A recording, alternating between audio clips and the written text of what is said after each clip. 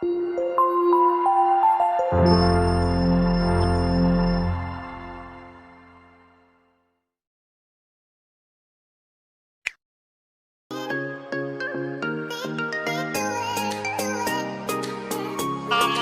warahmatullahi wabarakatuh. Langsung saja, saya perwakilan dari kelompok 1 ingin menjelaskan materi yang mengenai masalah bimbingan klasik dan masalah bimbingan kelompok. Yang pertama yaitu masalah bimbingan klasik. Kebutuhan yang diungkap oleh instrumen ini berkaitan dengan kebutuhan pribadi masing-masing siswa. Siswa yang pada dasarnya merupakan manusia yang memiliki tingkat kompleksitas tinggi dari segi sosial, emosional, kognitif, maupun terkait perkembangan fisiknya memiliki kebutuhan yang berbeda-beda. Instrumen ini nantinya dapat digunakan untuk mengungkap kebutuhan siswa tersebut. Berdasarkan tugas pengembangannya, pemenuhan kebutuhan siswa yang berkaitan dengan umur dan tugas pengembangannya akan dijadikan sebagai dasar guru bimbingan dan konseling untuk menyusun layanan bimbingan klasik sesuai dengan kebutuhan, sehingga layanan bimbingan konseling di sekolah dapat sejalan dengan siswa tersebut. Lanjut materi kedua yaitu masalah bimbingan kelompok.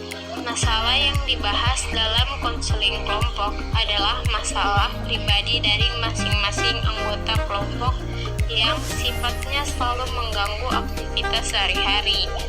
Masalah pribadi yang berkaitan dengan bidang bimbingan pribadi, misalnya kepala saya hampir pusing setiap hari. Bidang pengembangan sosial, misalnya saya tidak menyukai teman di sebelah rumah saya. Bidang bimbingan belajar, masalahnya saya tidak mengerti cara belajar yang baik. Bidang bimbingan karir, misalnya saya khawatir setelah lulus sekolah tidak dapat pekerjaan. Bidang bimbingan keluarga, misalnya hatiku sedih bapak ibuku tidak satu rumah. Bidang bimbingan keberagaman, misalnya saya malas pergi sholat tarawih. Pada kesempatan ini, saya akan menjelaskan materi mengenai masalah bimbingan individu. Yang pertama, masalah atau kasus ringan seperti membolos, malas, kesulitan belajar pada bidang tertentu. Maksudnya di sini siswa tersebut belum bisa memahami materi pelajaran, misalnya matematika, materi pelajaran IPA, IPS, dan lain sebagainya. Kemudian berkelahi dengan teman sekolah, bertengkar, minum minuman keras tahap awal, berpacaran, mencuri kelas ringan.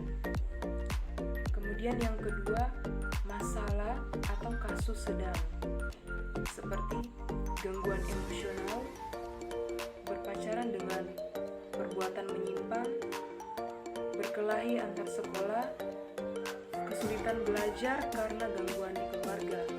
Misalnya, siswa tersebut mengalami broken home.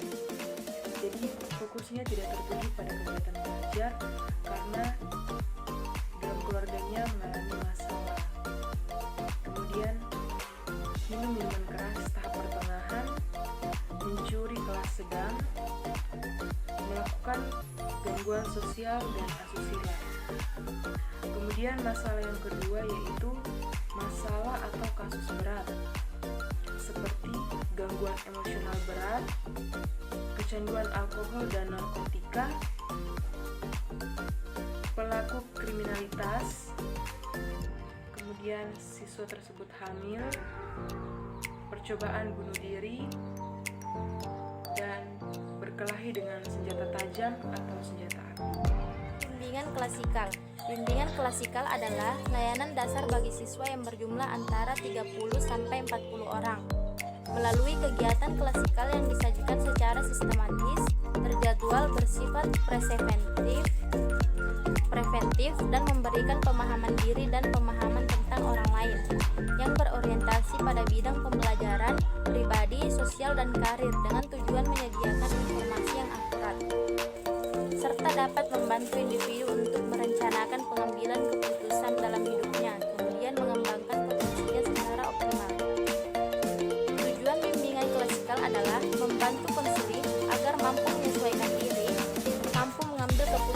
untuk hidupnya sendiri, mampu beradaptasi dalam kelompok, mampu menerima support atau dapat memberikan support pada teman-temannya. Adapun keunggulan layanan bimbingan klasikal, informasi yang disampaikan atau jenis kegiatan bimbingan yang dilakukan dapat menjangkau sejumlah siswa secara merata.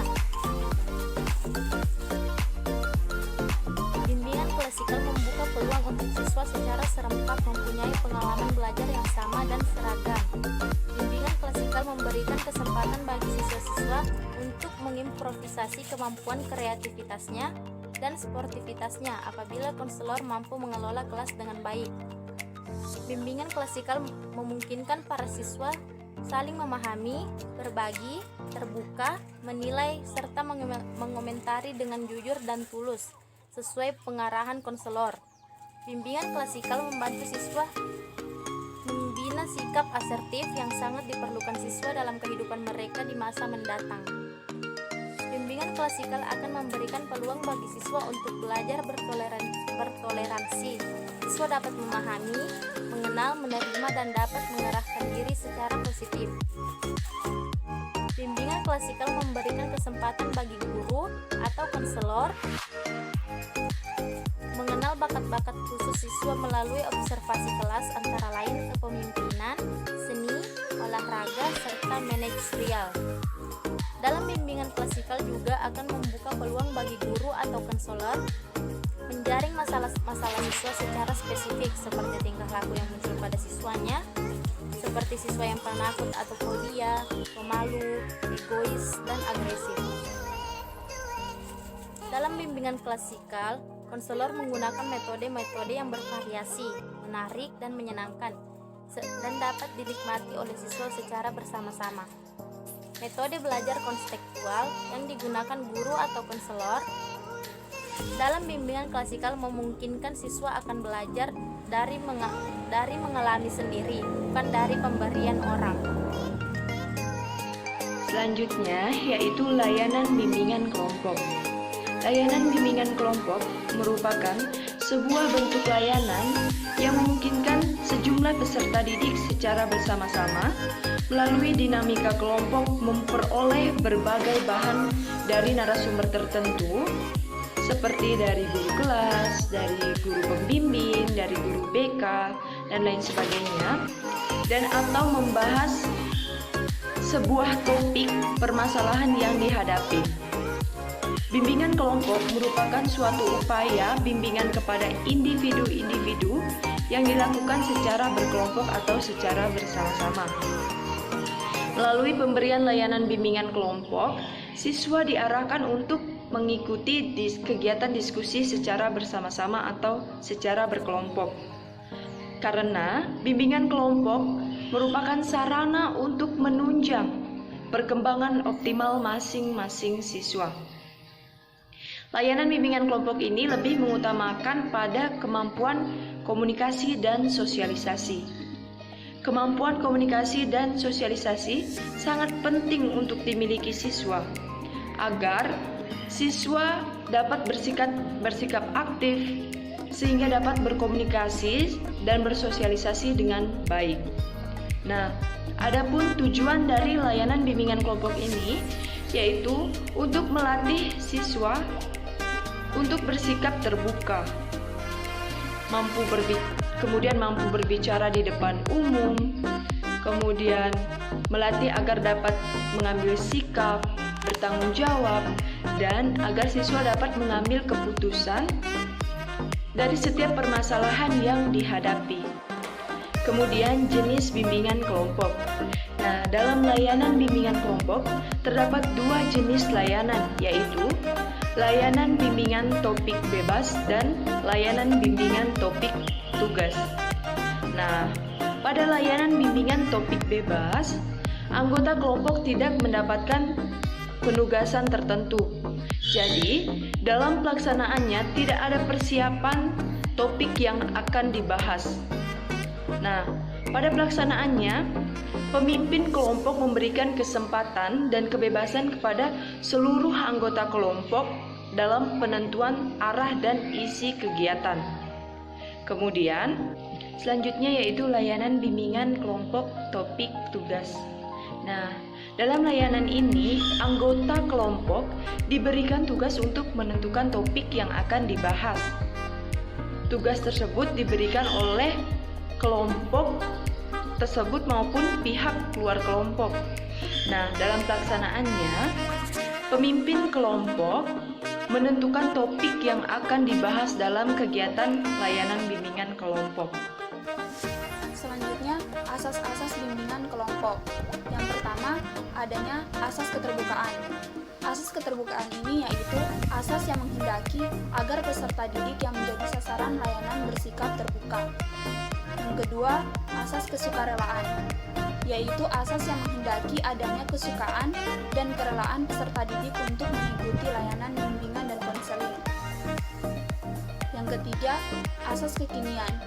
Asas kekinian ini yaitu asas yang menghendaki objek sasaran layanan bimbingan dan konseling terhadap permasalahan yang dihadapi.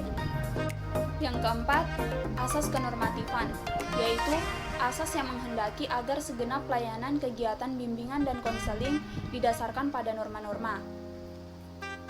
Yang kelima, asas keahlian, yaitu asas yang menghendaki agar layanan bimbingan dan konseling dilaksanakan secara profesional.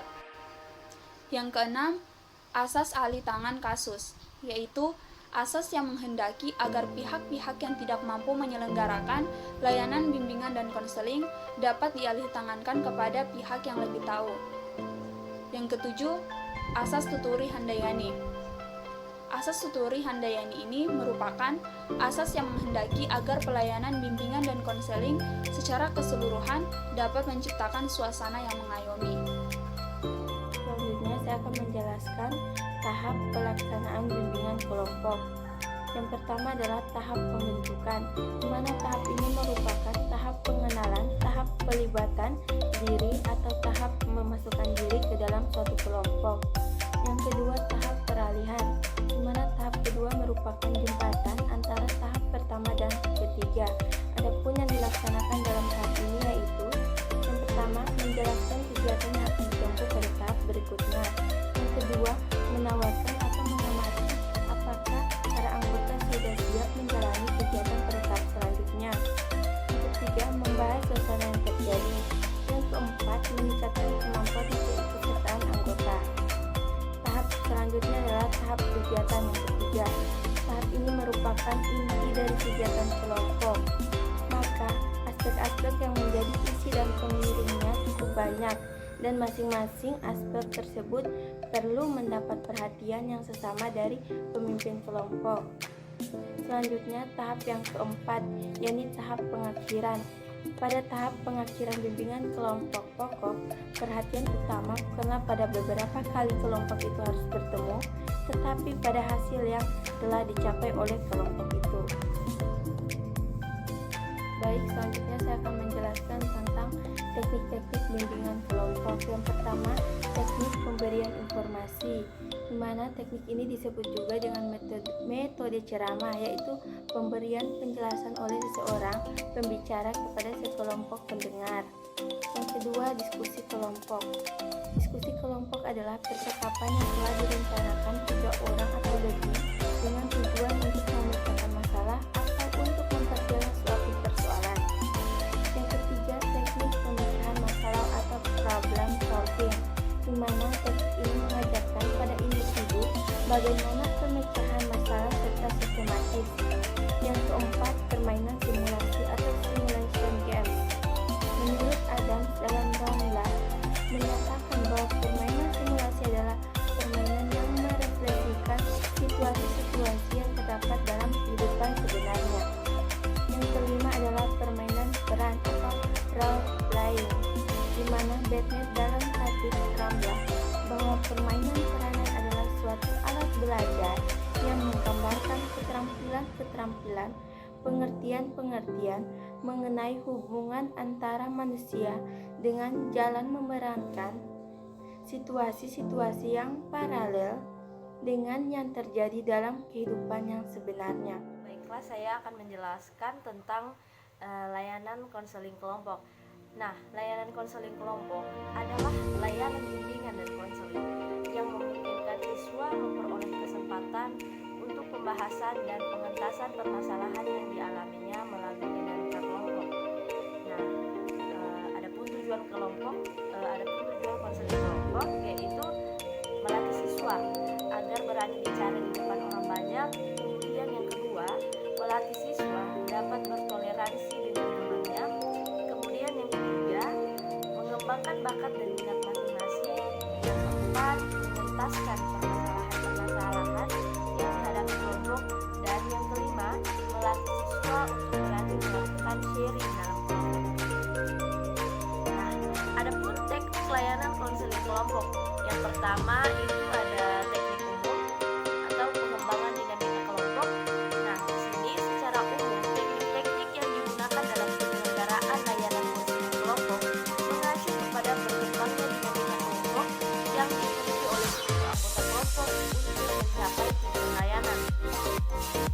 Adapun teknik-teknik tersebut secara garis besar meliputi yang pertama, komunikasi multi arah secara efektif, dinamis dan terbuka.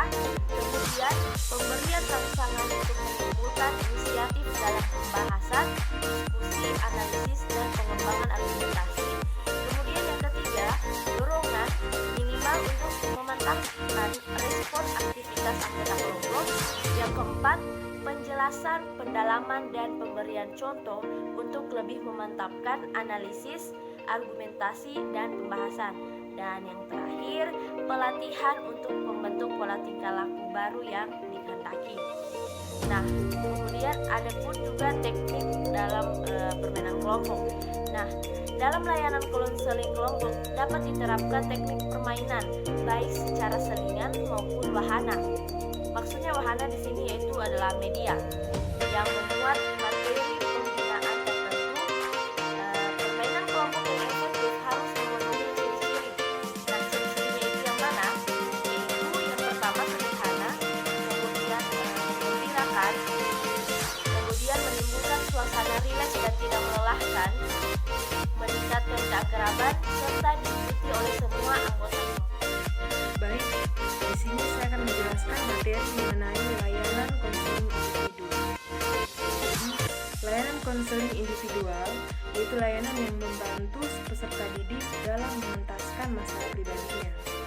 Layanan konseling individual merupakan layanan yang diselenggarakan oleh seorang guru bimbingan dan konseling atau biasa disebut konselor terhadap seorang konseli atau siswa tersebut dalam rangka mengentaskan masalah pribadi si konseli. Kemudian, dalam konseling individual, guru BK atau konselor memberikan ruang dan suasana yang memungkinkan si konseli membuka diri setransparan mungkin. Jadi, dalam proses komunikasi antara konselor dan konseli, konselor berkomunikasi dengan baik sehingga si konseli mampu mengungkapkan permasalahannya secara terbuka terhadap guru BK atau konselor. Kemudian dalam suasana seperti itu, ibaratnya si konseli ini sedang berkaca. Jadi melalui kaca itu, konseli memahami diri sendiri dan lingkungannya serta masalah yang dialami. Kemudian si konseli mampu memahami kekuatan dan kelemahan yang dimilikinya serta memungkinkan upaya untuk mengatasi masalah tersebut atau mengatasi masalah yang dimiliki siswa tersebut atau disebut konseling. Tujuan layanan konseling individual adalah terentaskannya masalah yang dialami konseli apabila masalah konseli itu dicirikan sebagai berikut. Yang pertama, sesuatu yang tidak disukai adanya. Yang kedua, sesuatu yang ingin dihilangkan. Dan yang ketiga, sesuatu yang dapat menghambat atau menimbulkan kerugian. Maka upaya mengentaskan masalah konseli melalui konseling individual akan mengurangi intensitas ketidaksukaan atas keberadaan sesuatu yang dimaksud atau menindakkan keberadaan sesuatu yang dimaksud dan atau mengurangi intensitas hambatan dan atau kerugian yang ditimbulkan oleh suatu. Dan saya akan menjelaskan tentang fungsi layanan konseling individual. Fungsi utama layanan konseling individual yang sangat berguna adalah fungsi pengentasan. Namun secara menyeluruh terdapat 4 fungsi layanan konseling individual. Yang pertama yaitu fungsi pemahaman, yaitu membantu anak agar memahami potensi dirinya dan memahami lingkungannya. Yang kedua adalah fungsi pengembangan atau pemeliharaan, di mana membantu anak dalam mencapai tugas-tugas perkembangannya. Yang ketiga adalah fungsi pencegahan, yaitu mencegah terjadinya permasalahan yang dapat menimbulkan kesulitan terhadap perkembangan anak.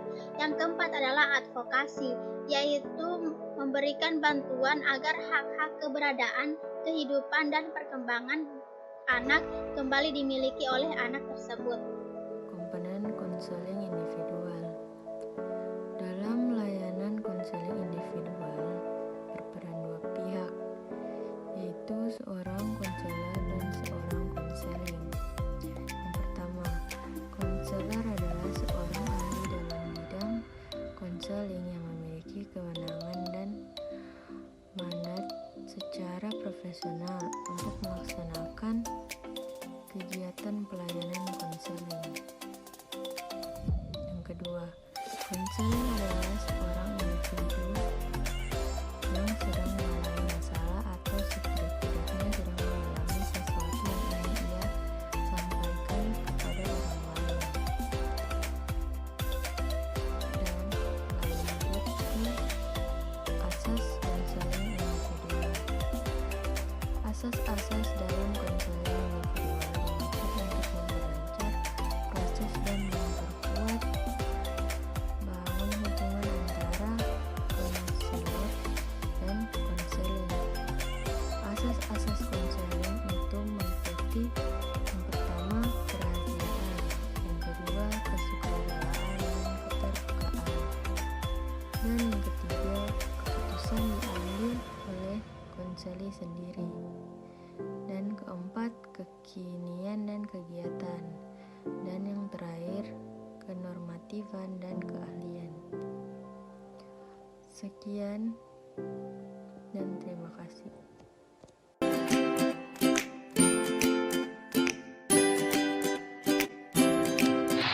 Assalamualaikum warahmatullahi wabarakatuh. Selamat pagi dan Om Swastiastu. Bagaimana kabar kalian anak-anak? Apakah semuanya sehat?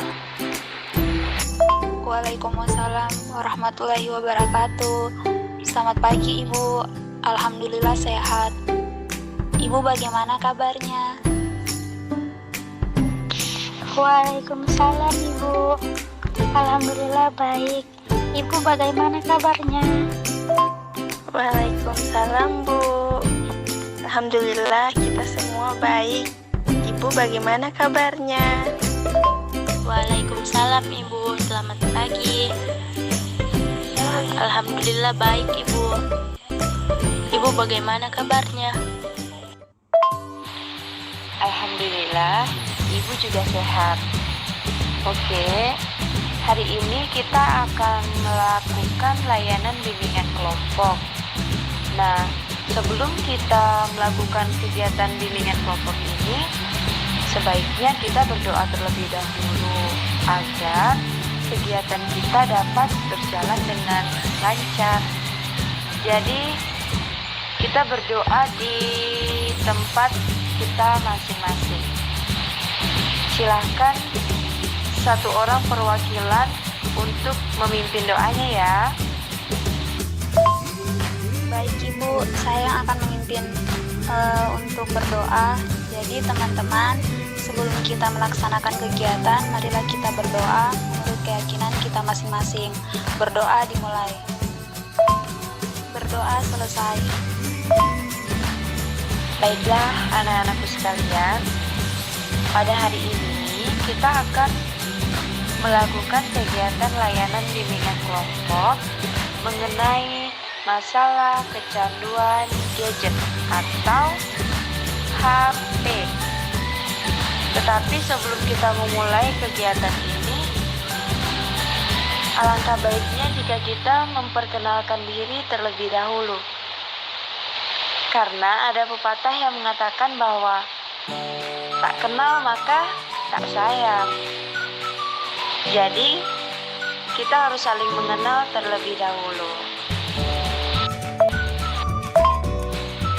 Jadi anak-anak, perkenalkan nama Ibu Gusti Ayu Madenova Astuti.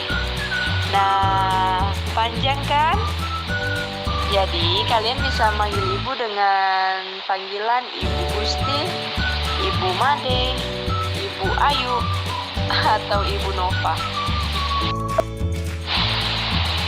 Baiklah, karena kita sudah memperkenalkan diri dan kita sudah saling mengenal, sekarang Ibu akan menjelaskan bagaimana cara pelaksanaan bimbingan kelompok.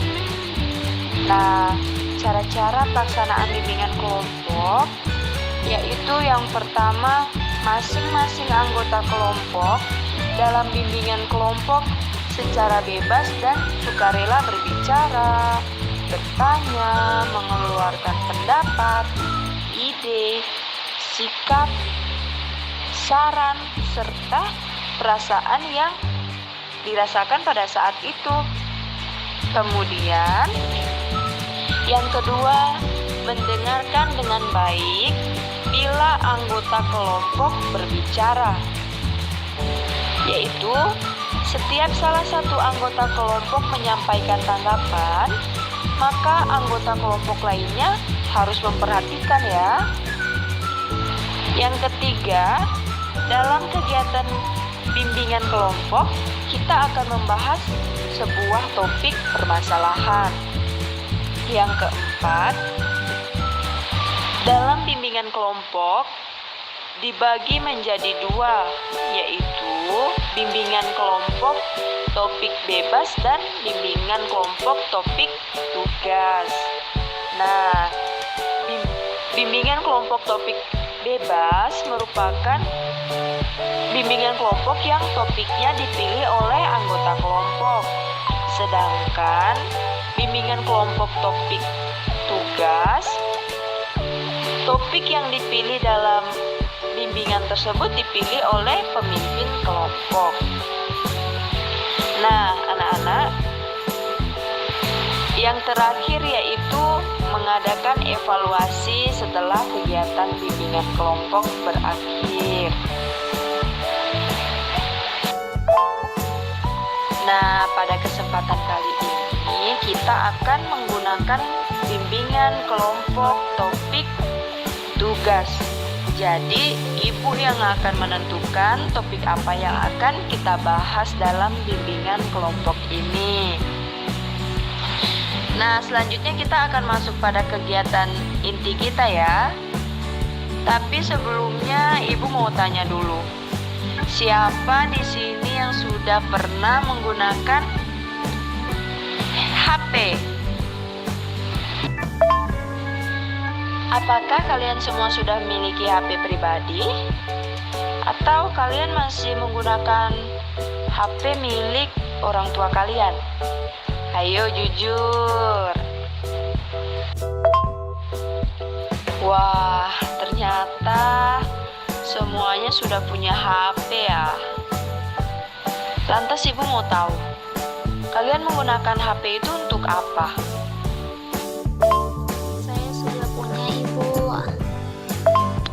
Saya juga sudah punya, Ibu.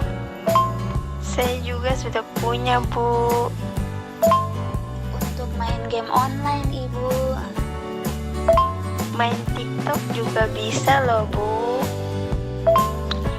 Nonton YouTube, Ibu. Saya juga sudah punya, Ibu.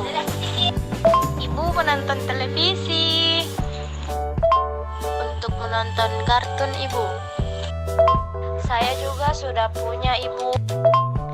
Saya pakai buat nonton YouTube. Pakai main FB, Ibu juga bisa. Waduh, nggak ada yang pakai belajar ya.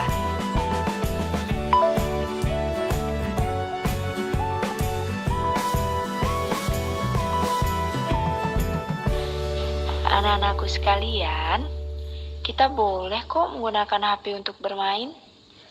Tapi kalian juga harus mengutamakan menggunakannya untuk belajar. Sekarang Ibu mau tanya, apa alasan kalian lebih memilih bermain dan lupa belajar? Kalau main FB, Bu, kita bisa upload foto, bisa bahas status. Kita juga bisa nonton video-video di FB. Seru loh, Bu. Kalau kita TikTok, bagus, goyang-goyang. Banyak teman juga kita dapat di TikTok. Kalau untuk saya menghibur, Ibu. Kalau menonton kartun kan lucu. Karena Ibu, kalau saya besar, saya mau jadi YouTuber. Jadi saya harus menonton YouTube terus, Ibu. Nah, kalian semua kan sudah punya HP semua. Ibu mau tanya, kalian tahu tidak apa saja dampak positif dan dampak negatif dari menggunakan HP? Kalau untuk dampak positifnya, menurut saya kita bisa mendapat bantuan pelajaran selain di buku atau dari guru sekolah. Itu menurut saya, Ibu. Dampak positifnya, Ibu, kita bisa mendapatkan informasi dengan mudah. Kalau dampak negatifnya, Ibu, ketika dipanggil atau disuruh orang tua jadi tidak fokus, Ibu. Dampak negatifnya, Bu, kita suka malas belajar karena keasikan main game. Kalau dipanggil orang tua, Ibu juga biasa suka malas. Sukanya bilang tunggu dulu, nanti dulu. Nah, benar apa yang kalian katakan. HP memiliki banyak dampak positif bagi kehidupan kita apabila kita bijak dalam menggunakannya. Nah, beberapa dampak positifnya seperti mempermudah dalam mencari informasi untuk belajar. Kemudian sebagai media hiburan di saat jenuh. Selanjutnya dapat membantu dalam meningkatkan pengetahuan. Lalu memudahkan berkomunikasi dengan teman-teman. Nah, dan dapat menambah pengetahuan tentang teknologi. Tetapi selain memiliki dampak positif, apabila kita tidak memanfaatkan dengan baik, HP juga dapat berdampak negatif pada kehidupan kita. Apalagi untuk anak-anak seusia kalian, sangat rentan dan sangat beresiko untuk disalahgunakan, sehingga akhirnya berdampak negatif, seperti mengalami penurunan konsentrasi dalam belajar. Kemudian kalian jadi malas menulis dan membaca karena keasikan nonton HP, keasikan bermain di HP.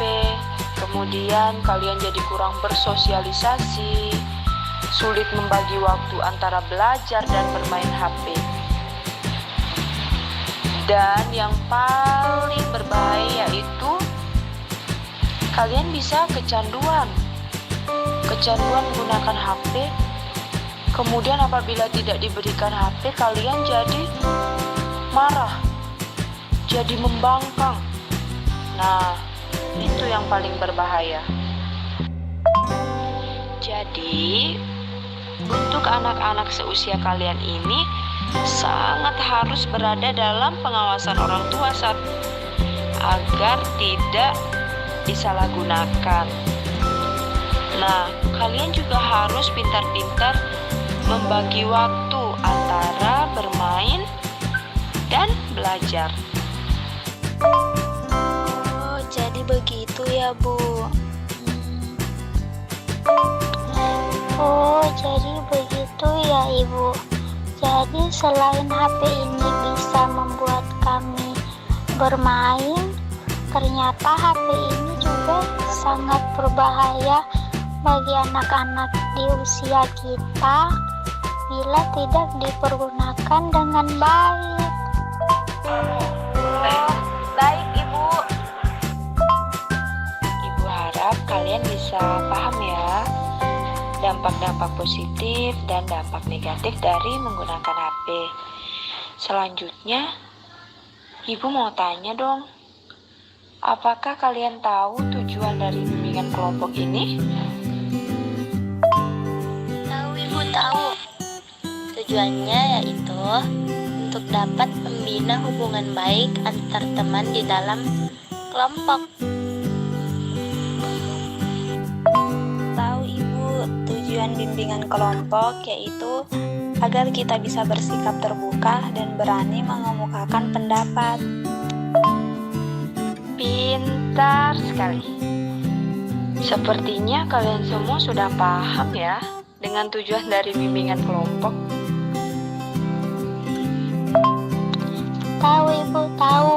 Salah satunya untuk dapat bersikap tenggang rasa dan menghargai orang lain. Anak-anak, perlu kalian ketahui juga dalam bimbingan kelompok terdapat asas-asas. Nah, asas-asas dalam bimbingan kelompok ini seperti asas kesukarelaan, asas keterbukaan, asas kegiatan, asas kenormatifan, dan asas kerahasiaan. Oh, jadi bimbingan kelompok ini bersifat rahasia ya, Bu? Betul sekali. Nah, jika memang ada sesuatu hal dalam bimbingan kelompok hari ini yang berkaitan dengan pribadi kalian dan perlu untuk dirahasiakan, masing-masing dari kalian harus bisa menjaga apa yang telah kita bicarakan hari ini agar tidak menjadi pembicaraan umum. Kalian bisa kan menjaga rahasia? Bisa dong, Bu. Harus bisa dong ya. Kalian kan anak-anak yang pintar. Baik, Ibu. Baik, Ibu. Baik, Ibu. Baik, Ibu. Baik, Ibu. Anak-anak, sepertinya bimbingan hari ini sudah bisa kita akhiri ya. Semoga apa yang kita bahas hari ini bisa bermanfaat dan bisa dijadikan bahan pembelajaran. Terima kasih ya untuk partisipasi kalian hari ini. Baiklah, Ibu. Terima kasih atas ilmunya. Terima kasih karena kalian sudah aktif dalam mengikuti bimbingan kelompok hari ini. Untuk itu Ibu akhiri ya pertemuan hari ini. Wassalamualaikum warahmatullahi wabarakatuh. Selamat pagi dan Om Santi Santi Santi Om. Bye. See you. Baiklah, Ibu. Terima kasih atas ilmunya pagi hari ini. Waalaikumsalam, Ibu, dan selamat pagi juga. Waalaikumsalam warahmatullahi wabarakatuh, Ibu. Terima kasih, Ibu. Waalaikumsalam warahmatullahi wabarakatuh, Ibu. Terima kasih, Ibu.